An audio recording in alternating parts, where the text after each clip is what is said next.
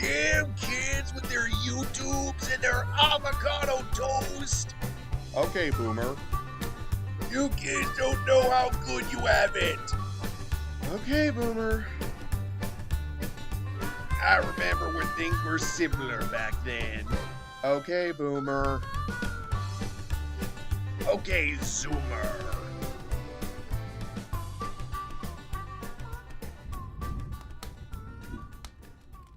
Hello everyone, and welcome to another thrilling episode of Okay Boomer, Okay Zoomer. I am your host, Ghantt Chart, and with me right now is Daddysquatch. Good afternoon, Ghantt Chart. So, as you all know, that it is the month of October. The leaves are changing. The sense of the atmosphere has changed to a more spooky thing. And you know what that means? It means Oktoberfest. It also means Halloween. Yeah, I'll add some spooky sound effects in post. You know, you'll probably hear that. The audience will probably hear that. But yeah, so as a result of this being the spooky month of October, I thought that we would start off by talking about like the differences between the spooky stories that we often talk about from generation to generation. So there are a lot of differences that I think that you would tell between horror that people would experience from, 50 years ago versus nowadays. I think one example of it is, I remember people talking about how the first Friday the 13th was actually pretty tame compared to today's standards. So I guess the idea is like what scares people back in the day versus what scares people now. And horror is always an evolving subject. So I thought we would talk about things that are part of my generation as far as horror goes and things that are part of Daddysquatch's generation as far as horror goes. So to start off, I thought I would tell you, Daddysquatch, about horror stories that I found on Reddit. Okay. So as far as Reddit, everybody talks smack about Reddit, ooh, you go on Reddit. So I am a Redditor, I do like to write some stories, listen to some stories, and I do like to share a few, spooky stories, and it's something that I do enjoy to listen to in my off time.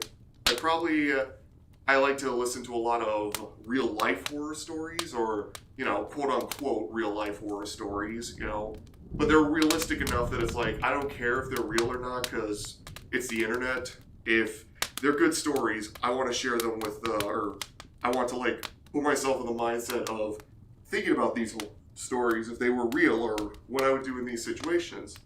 And as far as one horror story that I really like, I would have to say my favorite horror story has to be the pizza delivery driver so as the story goes, there's this pizza delivery driver who tells about his experience and how as a teenager he would work as, delivering pizzas. I know, scary, ooh, deal with people like that. And so he's living in a small town, which, small towns, ooh, spooky. And as a result of that, he gets an address from his boss, and he has to go traveling to this area, and he asks his boss, hey, can you double check this address? Because when he gets to the house, it's this really creepy looking house, and there's no lights, no electricity. And he's thinking to himself, can you check the address? And he's like, yeah, it's the correct address. It's like, the boss is like, just go to the door, knock, see if there's anybody there. So he goes to the door, knocks on the first time, and he hears nothing. He knocks a second time. He starts hearing some rustling in the door, and then he proceeds to knock a third time. It's like, hey, I got your pizzas. So he then sees a person just staring at him from one of the windows, just staring directly at him. And at that moment, he immediately drops pizzas and he decides, okay, I'm booking it, because, having someone staring at you with these wide eyes, as the author described, wider than I ever thought possible. He's thinking to himself, oh my god, I gotta get out of here. So he leaves, he sees this get out kind of situation. He gets in the car. He eventually decides to drive off, but he's noticing that there's more and more resistance in the car as he's driving. And the more that he's trying to drive, he's trying to do things, eventually the car stops. And as a result of that, he then goes outside the car, he checks his tires, and he sees that all the tires completely fallen off the rim. You know, like all 4 tires have been slashed. And that's not good. So he calls 911, you know, he's like, because this is the days when people have cell phones. He's calling 911, he's like, what should I do? You know, this is freaking me out. And the 911 operator's like, look, just stay in the car, you know, we'll send a police officer there. But then he sees the woman from the house. And he, you know, or he sees the figure from the house, and the house figure, you know, is clearly a woman holding a knife and staring at him with the creepiest looking smile on his face. You know, and as a result of that, he decides to book it. You know, he's booking it in the woods, he hides behind a log, he waits until he hears police sirens off in the distance, and, you know, once he hears the police sirens, he decides to run back, you know, and tells them about it. They didn't find the people, although they assumed that there were 2 people involved. One person who stared at him and the other that was slashing the tires, but they were never able to find them. But they did find the objects, you know, that were used to slash the tires.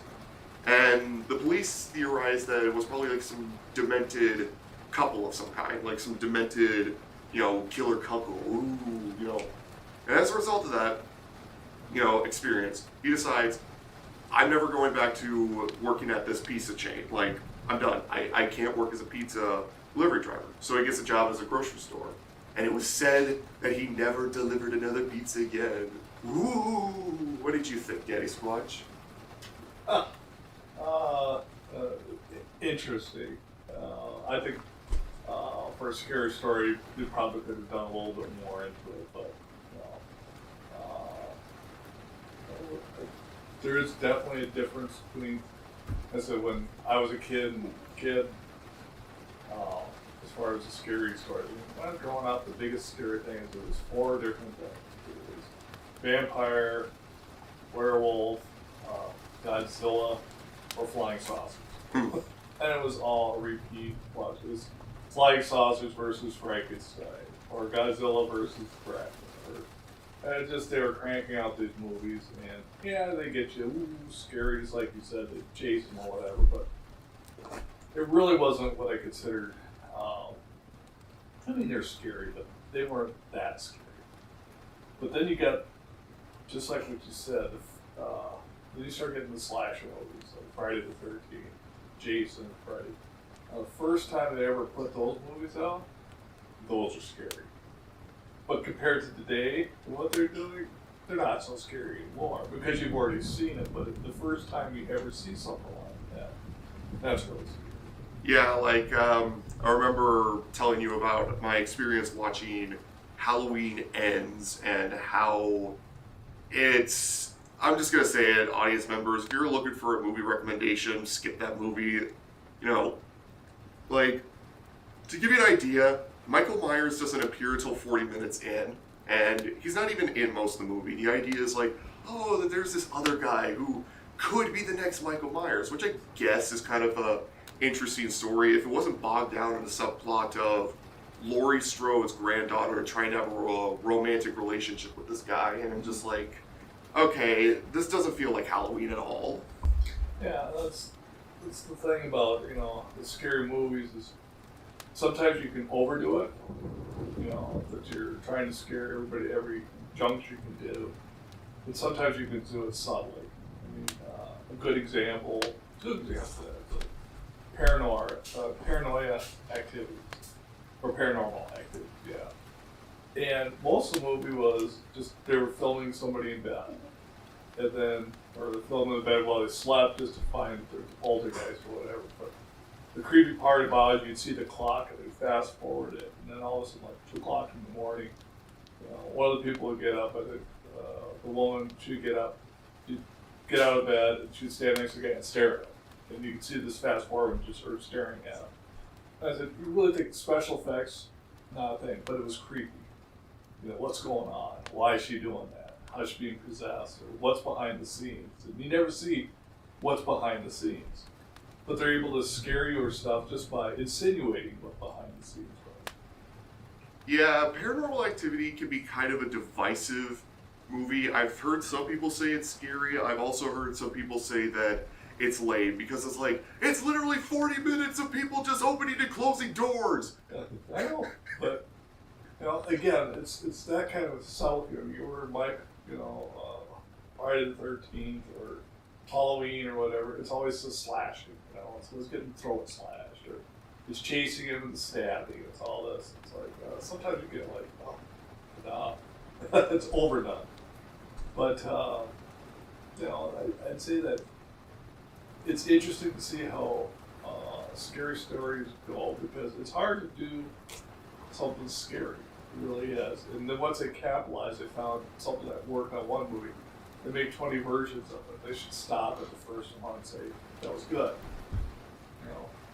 Yeah, I mean, never, I kind of feel like the problem is that with Hollywood, it's like it's always the same scary shtick over and over again. Like, you gotta do something different. You gotta do something cool and interesting, Which is why sometimes I really like Reddit stories, whether they be fictional or non-fictional, because it's written by down-to-earth writers, who just have a passion for it and just want to tell some other stories. Like, one horror story, or a series of horror stories that I am absolutely hooked on, I forget what the name of the author is. I'll make sure to put it in the description, if you guys want to check out this guy's work, but his idea of a horror story is talking about,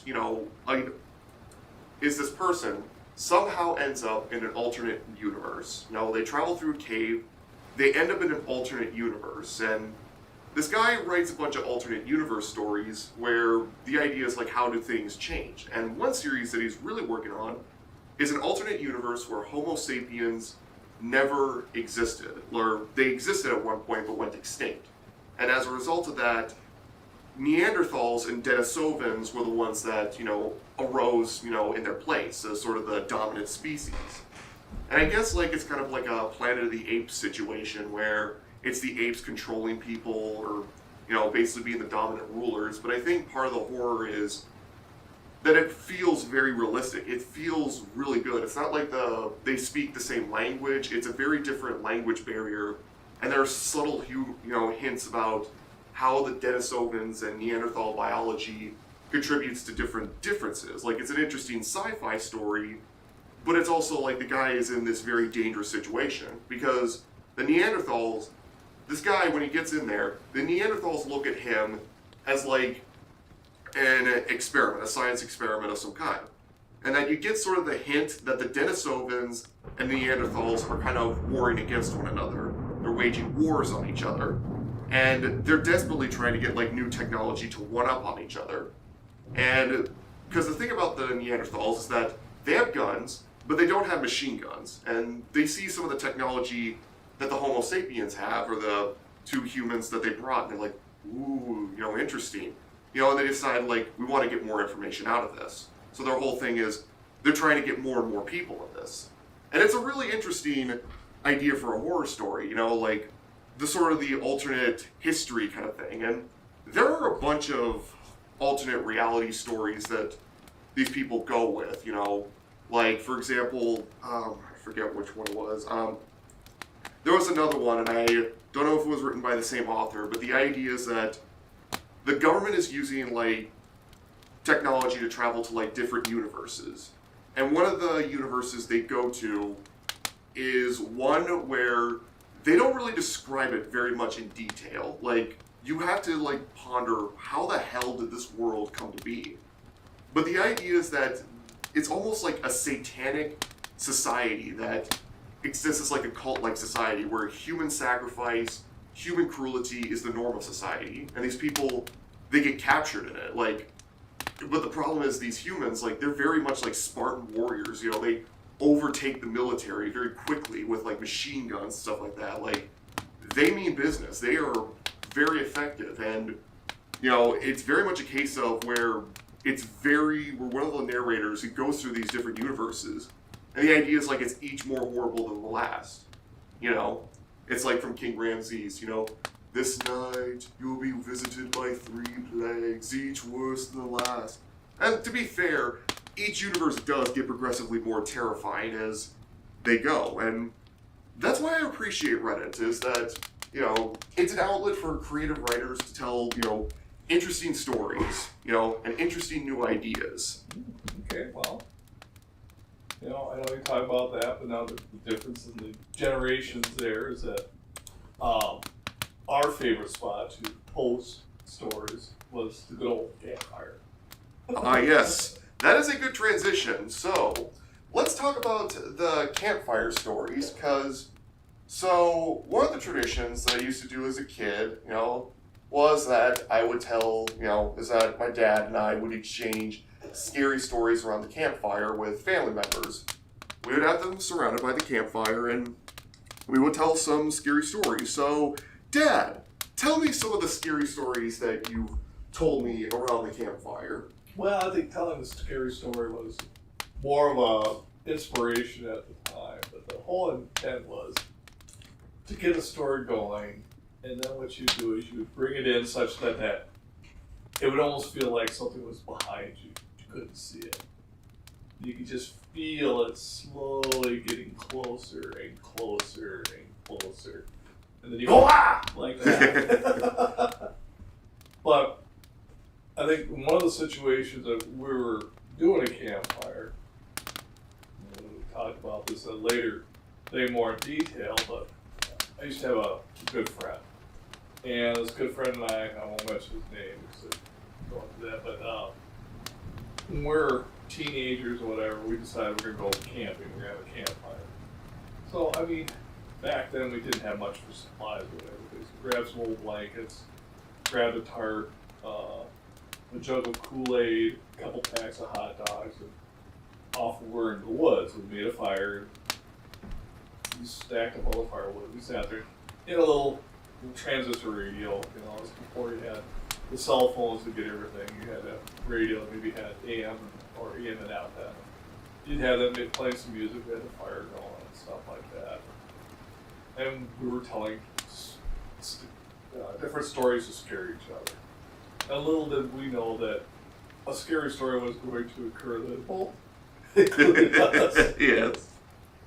But as we did camping, I know with when I was kids and stuff, it'd be just like you said. I think your one episode of SpongeBob, the hash slinging slashers, or whatever.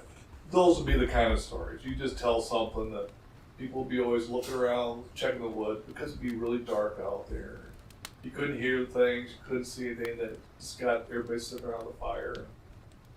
It's just an area to kind of have fun and see. And it was a one-upmanship too. Who could up the other person? Who could tell a really scary story?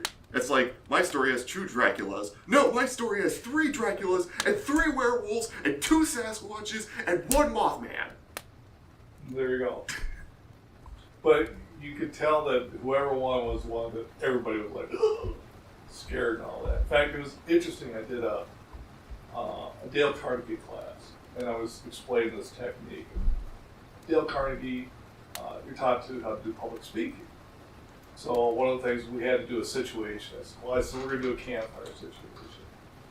And they were like, okay. So I got everybody in the class. I got them all around. Bring your chairs. So it's kind of form a little circle around this. We'll have a campfire. And I went and turned down the lights. And I started telling the story. How did you do a campfire in the lecture hall? No, it was a lecture hall. It was an area for play, but I didn't have a fire there. But I said I got people to think they were by a campfire. I got the mood there, and I was telling a scary story, and the last thing, and I kept getting a little softer. As the boy. And then I came out down the woods and got them all, and they all jumped. That's the whole point of having fun, is to get people to jump, to get people to be scared. I mean, that's what we were looking for with the scary stories back then. But, I mean, when we saw the movies that were on there, it'd be like a Friday night or Saturday night. They would have some host on TV. Oh, children, tonight we are going to watch, vampire versus flying saucers. So you'd be there, and I mean, it was the only thing really. We didn't do that much. I mean, we didn't have the internet. Remember that. So that was our quote on Reddit, is to sit there and watch these spooky stories. But it was just just friends getting together, you spend the night over there, but you watch these movies, and you talk about the movies afterwards. You try to scare each other more, but I mean, it's not like in today's movies. I mean, that was our way of, having fun. Yeah, like going back to the campfire stories that you would tell us, I do remember a few of the crazy stories that you said. To give like the briefest descriptions, I remember one story that you told me with one of my uncles, your brother, was that how my uncle took a trip to Norway, and that you basically said, that he was crossing a bridge and he met some trolls, but that you said like, oh, in order to protect him, in order to protect himself, he had to make an offer to give me in exchange, and if that would be fine, that he'll be saved. Will you do it, Ghantt Chart? Will you sacrifice yourself for the sake of your uncle? I think the word or hell no. Well, that was actually fun. That was because my brother got, he'd just been to Norway, and he was telling the troll, we've got Bigfoot here, they got trolls over there, and everything's this troll, that troll. And we're sitting there telling the story of, what the trolls are, it's like those are the 3 billy goats and Gump, whatever. There's an old story about 3 billy goats that try to go across the bridge and the trolls try to eat the billy goat, but the last billy goat's a big, huge, strong billy goat, and he rams the troll over the bridge and kills it. Just based off different stories like that, but you kind of give them a little bit of a twist to them, so that's more of the new stuff. And as we're telling the story, because remember you're just a little guy, and your eyes were like, oh my god, I don't want to go to Norway and be sacrificed to trolls. So that was half the fun. It was like, it's scaring people. Well, I shouldn't say half fun. It is the fun. But that was one of the things I always remember. I always look forward to camping. I was in the evening when it's, everybody's kind of had a nice meal and the sun's set, fire's going, you're sitting down, you're chatting a little bit. And then When the grown-ups have a little bit too much alcohol. Maybe a little bit. But then you start telling the stories, and sometimes the stories, they can go on till, there's been nights where we started like at 9 or 10 o'clock at night, tell stories, and it's like all of a sudden it's 1 or 2 o'clock in the morning, fire's dying down, you're looking at the sky.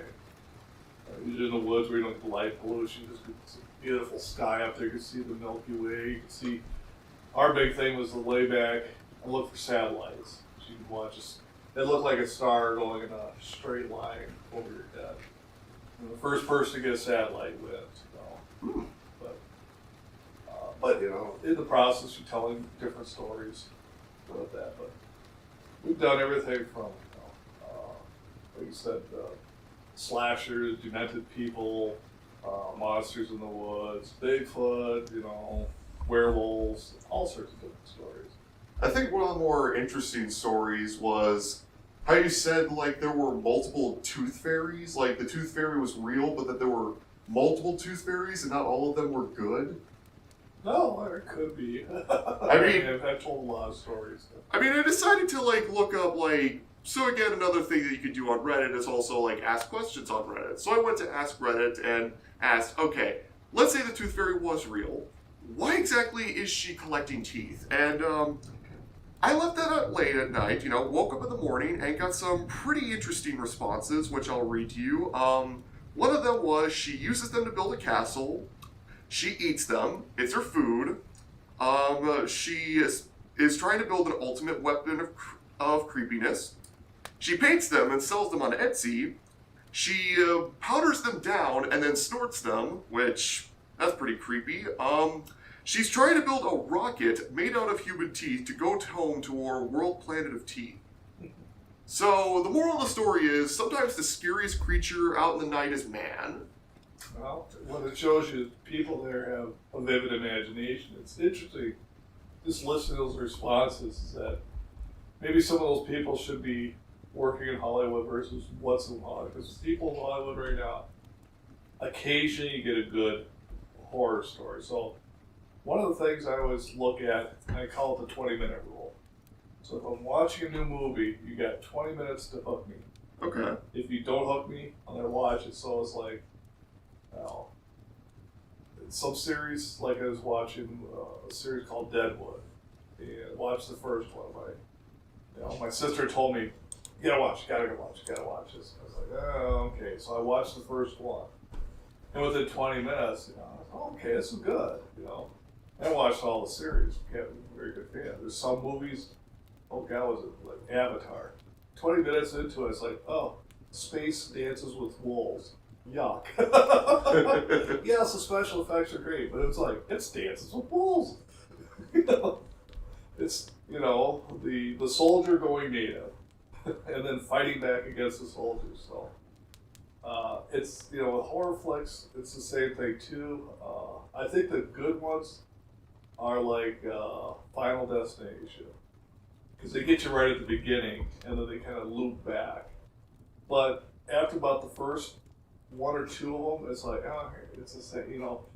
The horrific thing that people go through, these crashes, situations, is very horrible. I mean, the plane thing, when the plane was crashing, people getting sucked up, and the plane blowing up, and people being cooked alive on it, like, ugh.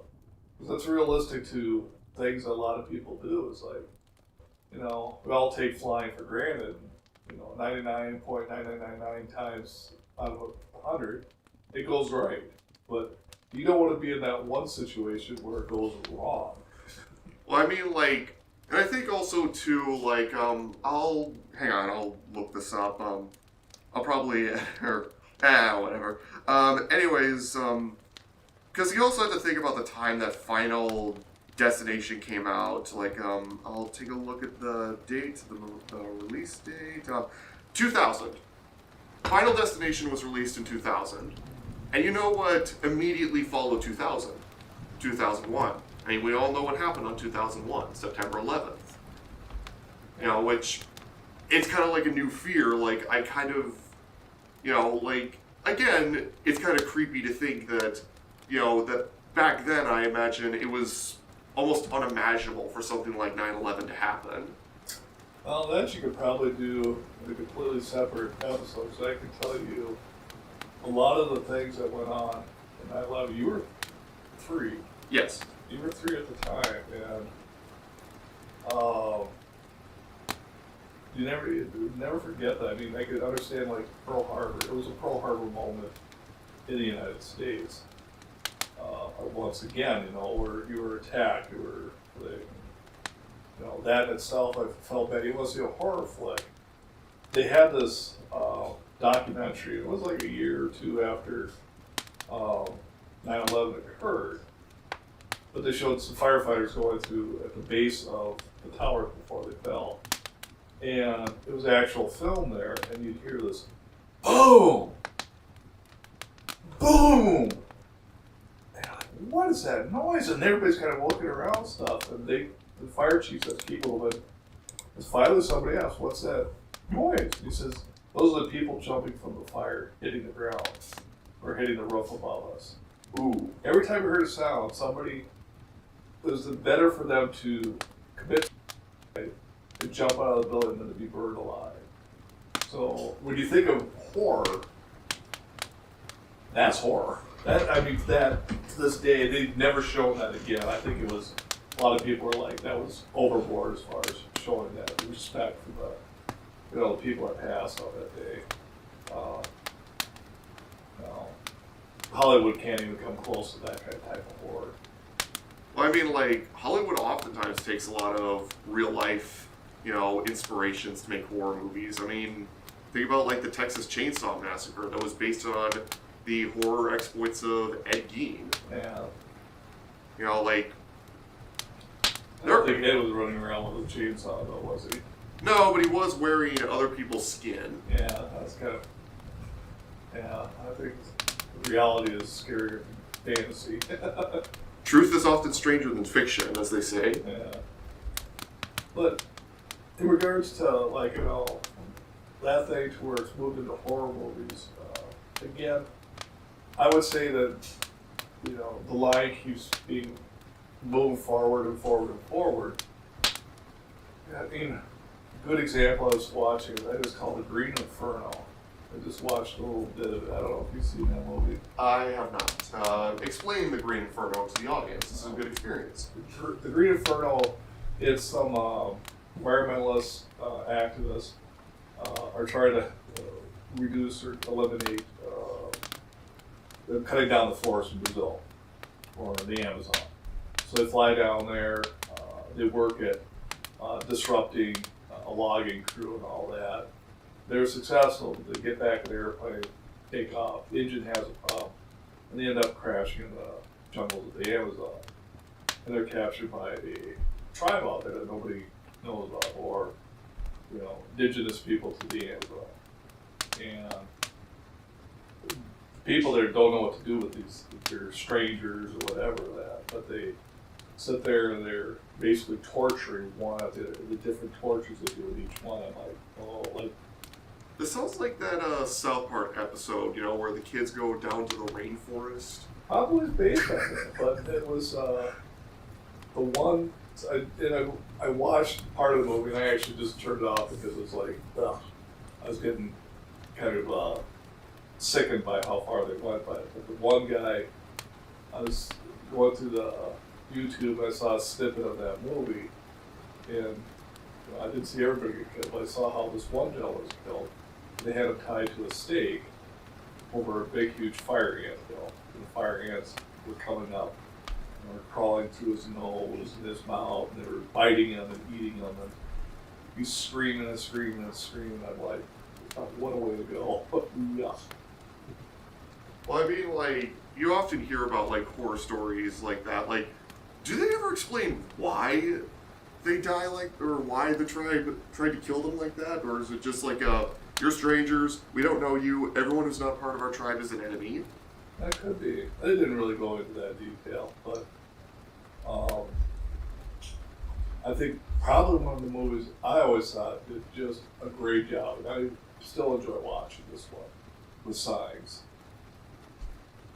I like how they did the whole alien invasion, and you really did. I mean, you want to talk about special effects, you could sit there and think of War of the Worlds or Independence Day, where they had absolutely all the special effects, things blowing up and battles going on there. And this one's they show you Mexico City and they show a couple dots on it. And occasionally you see the alien kind of scurry by. But it was scary because you sit there and you can hear them outside. They're trying to get in, they're breaking the house, they're going out of the basement. You can see the fingers coming through and all that. And you put yourself in that situation, what would you do? Yeah, I know that Signs can be a divisive movie. I've heard some people praise it. I've heard some people, badmouth it. It's a pretty divisive movie, and to a lot of people, if it is a good movie, it was probably was the M. Night Shyamalan's last good movie, because he did other weird horror movies like The Village, The Happening, and stuff like that. And I remember that there were some interesting horror movies like that. As far as interesting horror movies, and new ideas that come out in Hollywood, there was one movie. I don't know how many people know about this movie. It was released in theaters, but I don't think it had much attention around it. But I will say it was a pretty good movie, and that was The Beast. And the reason why I like The Beast is because it draws on another real-life phenomenon that happens in our world, and that is the man-eater phenomenon. The man-eater phenomenon is basically whenever an animal, for whatever reason, because with animals like bears or coyotes or tigers, they typically try to avoid humans, right? They only attack in self-defense. So their whole thing is an animal that specifically targets humans. And you hear some stories about this in real life. One story that I remember hearing about was Gustav the crocodile, who was a crocodile that's literally the length of a bus. It's bigger than most crocodiles, and because of its size and the toughness of its hide, there would be times where, you would hear people disappear in the African forests, and that just happened to be the times when Gustav was swimming into that general region. And there, if you ever seen like a Google picture of like regular Nile crocodiles compared to Gustav, he's a beast. And the idea is like Gustav has slowly started to develop a, appetite for human flesh, which is scary. So the idea of the beast is a family goes out on like a safari in the Serengeti. They're doing like a little tour of the different areas, doing some of the little, this little sightseeing. And the thing about it is that they eventually arrive at this village. And the whole village is abandoned. Like, you see fires, but like the whole thing's abandoned. Like, where is everybody? And what you see is that the people have been slaughtered. They've been killed. They've been killed by a lion. And the idea is that they're, trying to panic, call for help kind of thing, but they eventually lose contact with the outside world. And they eventually, they're trapped in this Jeep. They have absolutely no way of getting out of the area, because, I think the Jeep ends up crashing in a certain area, and literally the only thing that, the only defense that these people have is this Jeep, and they see this lion, this creature that it is established early in the movie that this lion is there specifically, because these poachers, killed off its family, and the lion has sort of developed sort of a, take revenge on the humans. Because the lion doesn't know that these people aren't poachers. All the lion knows is that these are humans, they're in my territory, they need to get out. And I think one thing that I like about the movie is that there's like a Chekhov's gun kind of thing. Like in Pixar, there's a general rule that you can put people in bad situations whenever you want, because bad luck happens. But it's unfair to pull people out of a bad luck situation, by just pulling something out of your butt. And the thing is, these people have to come up with creative ways on how to deal with this lion. They have to deal with all these different ways. Like, for example, and again, this is kind of spoilers, that there's an ending scene where... Don't say it. That's the whole thing of being a scary thing.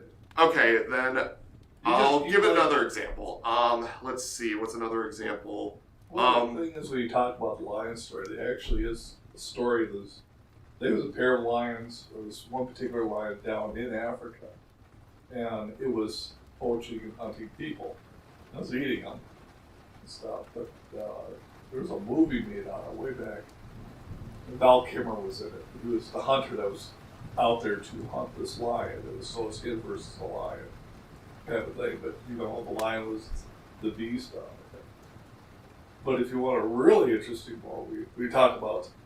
Yeah, to going back to it, one of the things I like about the movie is how they had to come up with different creative ways to try to solve the situation. For example, it's a safari jeep, so obviously for their own protection, they don't have any guns, but they do have a tranquilizer gun, because again, they're dealing with lions, it's going to be a very scary situation, and they pull out the tranquilizer gun, and they do manage to get shot. These people, they're not trained with weapons. I think the father is a doctor, so he's not really trained. He's an American doctor, he's not really trained with weapons, and the safari guide has been separated from the group. And as a result of that, he has to try to make a shot, and he is lucky enough to make a shot against the lion while the lion's clawing at the car, trying to get into the people, and they try to get the person back, but then, and their bad luck turns because they realize, because this isn't just an ordinary lion, this is a very large lion, and after a couple hours, the lion gets back on its feet and is like, oh my god, you gotta be kidding me, that didn't take it out? Oh, that's the tranquilizer. But, if you really want to watch, where you talk about beasts that basically kill people or eat them or whatever, there's a good one to watch. It's a short movie on, I think it's on Netflix. But the series is called Love, Death, and Robots. It's all these short stories that got animated. But there's one story in there about these Russian soldiers in Siberia hunting down these. They're going into cities and villages. They're wiping out the people. And they finally find them, but it's a battle to the end. And they've got all these guns and weapons and stuff like that, but they realize that they can't. It's a hive of these creatures. They're trying to kill these creatures and stuff. They just don't have enough of what they do in order to finally destroy this hive. It's pretty different, you know. Again, it's a pretty good movie. I'd watch it. The whole series, it's very different kind of things I've seen out there. But, you know, another thing they did was the siren. So you always hear about, you read Homer's The Odyssey. Well, sirens are supposed to be to sing lovely songs while you're sailing by, and then you kill yourself trying to get this out. You want to hear the sirens. So Odysseus at the time, he wanted to hear the sirens, but he basically knew that if he heard them, it would lead to his death. So he told his sailors to lash him to the mast of the ship so he couldn't get free. He also said, whatever I say, don't just ignore. All the rest of the sailors put wax in their ears and stuff like that. And they went by the island, the sirens were singing, and he wanted to get out. He was telling his crew, come in, all that. They just kept going by, but he got to hear the song of the siren. But in this movie here, they have a siren. And it's interesting what the siren does and how it's a group of soldiers coming by this lake. Siren sees and pops up, starts doing her thing, and how she kills all the soldiers without, ripping them apart or anything. Just how these guys almost kill each other. So it's, you watch that and you're like, ugh, I don't want to go to that part of the jungle. Yeah. I mean, there's a lot of good, horror movies, so I guess, in your opinion, what's the dumbest horror movie that you've ever watched? And I can already see the grin forming on your face, Daddysquatch. I know exactly what movie you're going to say. You know what? Go ahead and say it. I won't even have to say it anymore. The Giant Spider Invasion! Giant Spider Invasion. It's so bad it's good. I mean, it's almost like that commercial of the raccoon sitting there, eats something out of the garbage. Oh, it's horrible. Try it. Gotta try it. Hey, man. The 70s, well, I hate to say this, horror flicks from the 50s to the mid-70s were not that scary. Some of them, there was a couple in there that were, somewhat scary, but they weren't scary. They were campy. These were movies that were meant to be played at a drive-in. And they were meant to get these things cranked out, get another one cranked out. And Giant Spider Invasion was a classic example of that. It was interesting. There was a couple actually known actors in there. I wouldn't say famous, but they were actually, they've been in other work that you would know about at the time. But my personal preference, the Giant Spider Invasion, I make a guest appearance in it. Yeah, he's one of the extras that run away from the spiders. And it's fun because just to see how they set up for making this movie. It's a small town in northern Wisconsin. Mystery Science Theater.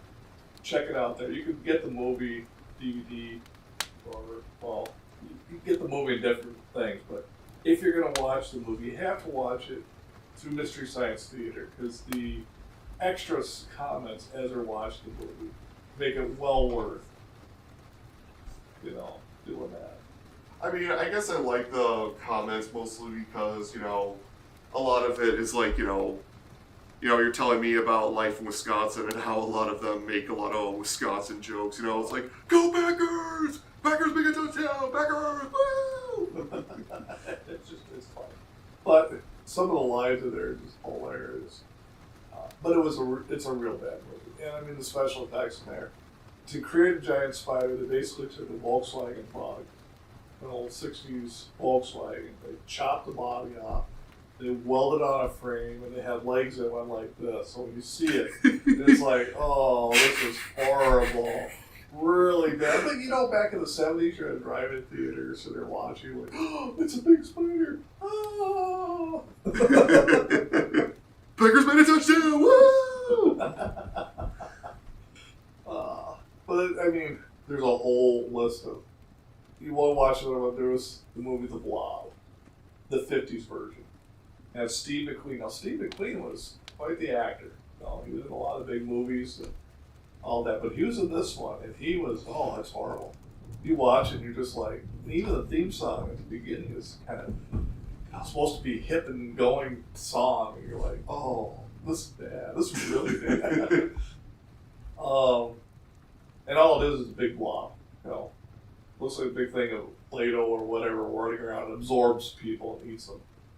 You know, but it's from outer space, of course, stuff. But, oh, some of the things that, you know, we try to do this, you know, I think back in the day, it's like, it's too bad I sit there and mention it drive-in theaters, where people don't know what drive-in theaters were. They're usually like a big pasture that somebody had purchased. They'd have a huge screen in there, and it was like, you know, 3 stories high by, you know, X amount long, and you'd get in your car, and you'd drive into the theater, and you'd pick a position on there. What it did was, you would drive up to a certain thing, and it would get you pointed at the screen. You could sit in your car. And then right next to it, it had a speaker. So you take the speaker, you put this metal thing in your window, and then you'd have, you know, the speaker going on while you're watching the movie. And usually in the center part of the thing was, of course, the candy and food aisle. So they had all sorts of snacks going on that you could get at intermission and stuff. And if you really want to watch horrible, horrible commercials, Google or YouTube, you know, drive-in theater intermission movies.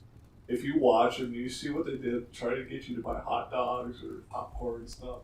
Oh, that was scary. Is that the you know, let's all go to the lobby commercial? Yeah. Yeah, I remember hearing about it from like our old back in my media arts class. You know, that they would play that song. You know. And I think that there's like a, you know, few interesting, you know, movies and stuff like that.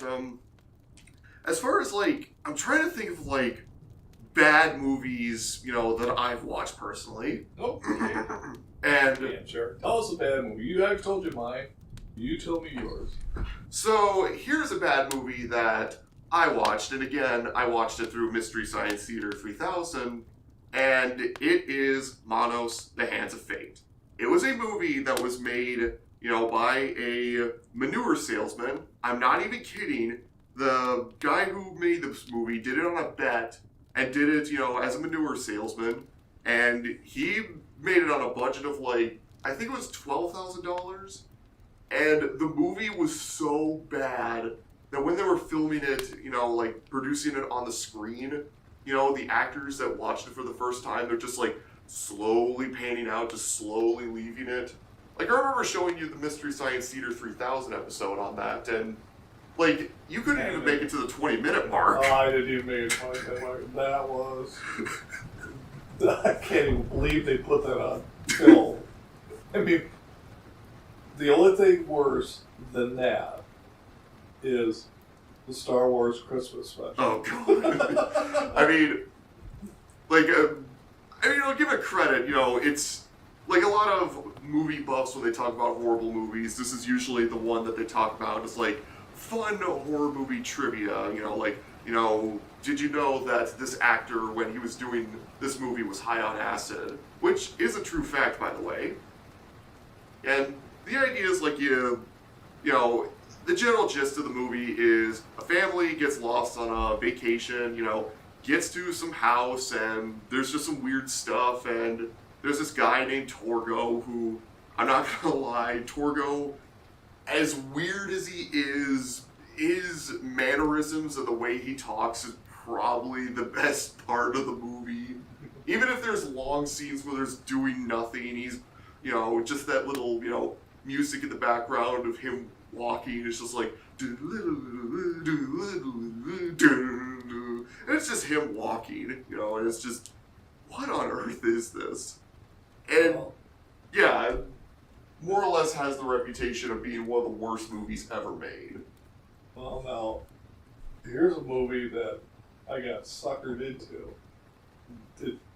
From the title of the movie, didn't even know that. So I remember, you know, today, They got previews of movies. They've got, you can read about the movie prior to going to it. They've got all sorts of things. It gives you an idea of what you're going to go see and watch. Well, back then we'd see these posters. Occasionally there'd be a quick advertisement on TV, but you really didn't know what the movie was going to be about. So it was interesting. We're sitting there and I saw the theater and it said, the Rocky Horror Picture Show. And I said, oh, a scary movie.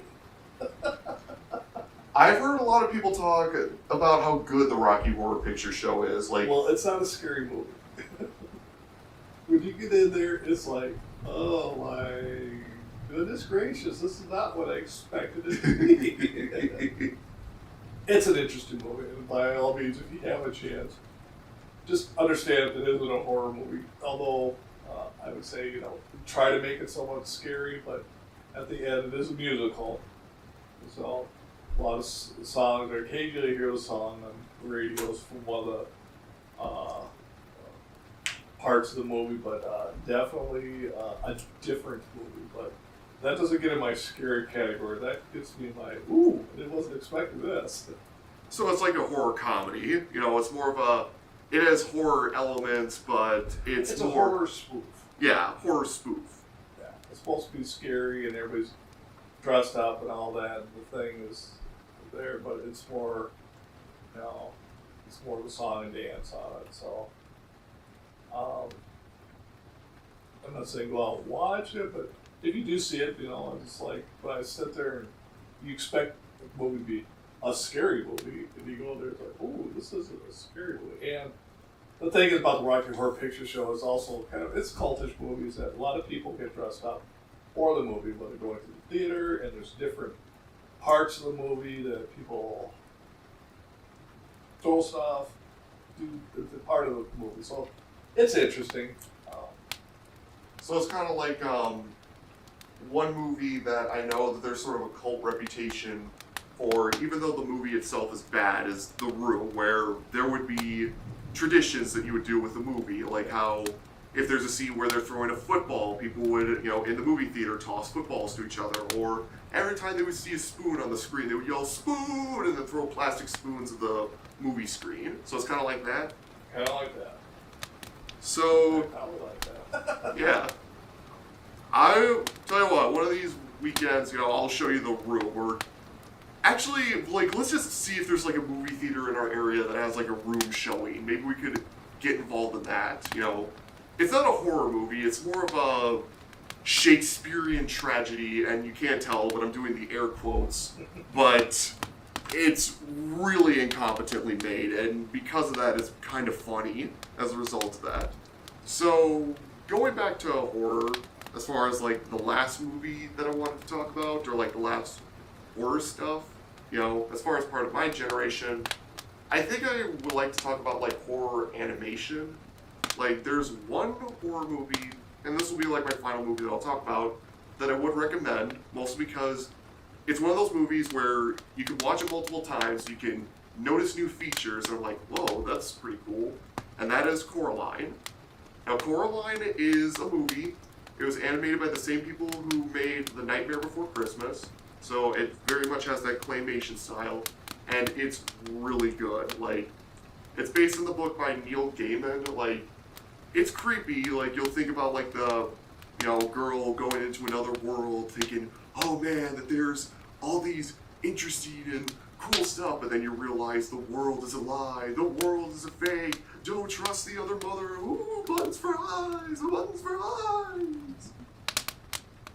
Oh, well, there's one thing I saw on the internet, and I can't even remember this.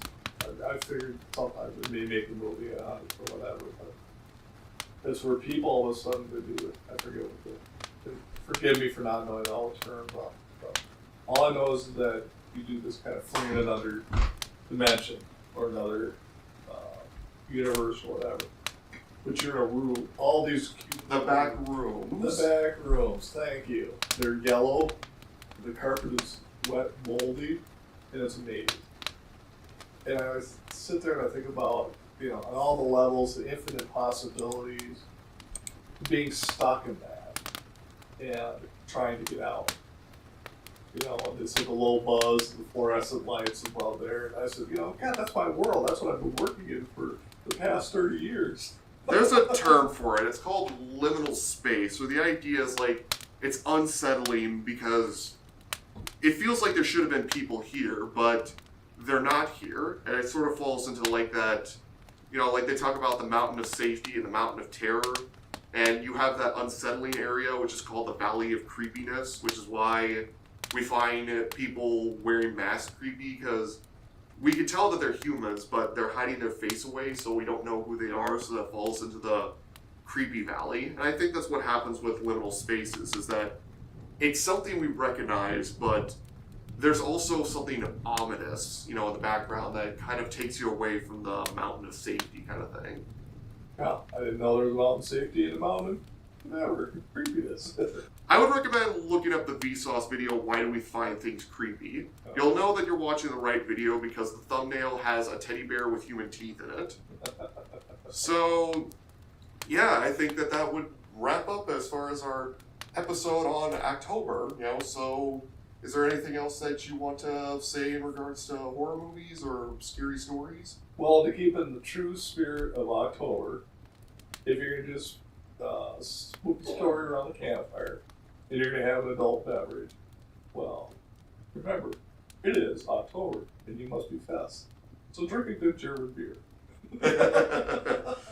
That is the end of our second episode, everybody. You know, thank you for our Halloween special, which I think is kind of funny that our second episode is technically a Halloween special. I'm thinking about doing another episode towards the end of October, probably released in early November because I'm a lazy sack of crap.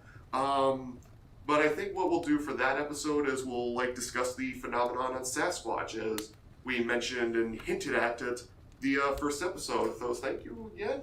Well, Ghantt Chart, can we do one more thing? 'Cause you really got me on this. So this on the next one, as far as the Halloween special. But we'll do Sasquatch, but you also have to tell the excellent story of Stingy Jack. All right, I'll make sure. We'll do that as like a pre-show, you know, get people into that, you know. Tell the story of Stingy Jack, so you guys have something to look forward to. So thank you again. You can find this podcast on Spotify, and I'll also post some episodes on YouTube. So yeah, if you like, you know, give a like, you know, give a comment, tell us how we're doing, you know, rate us on the 5 stars, you know, tell us what you think, and we will see you again. Thank you again, everybody. Bye. Bye.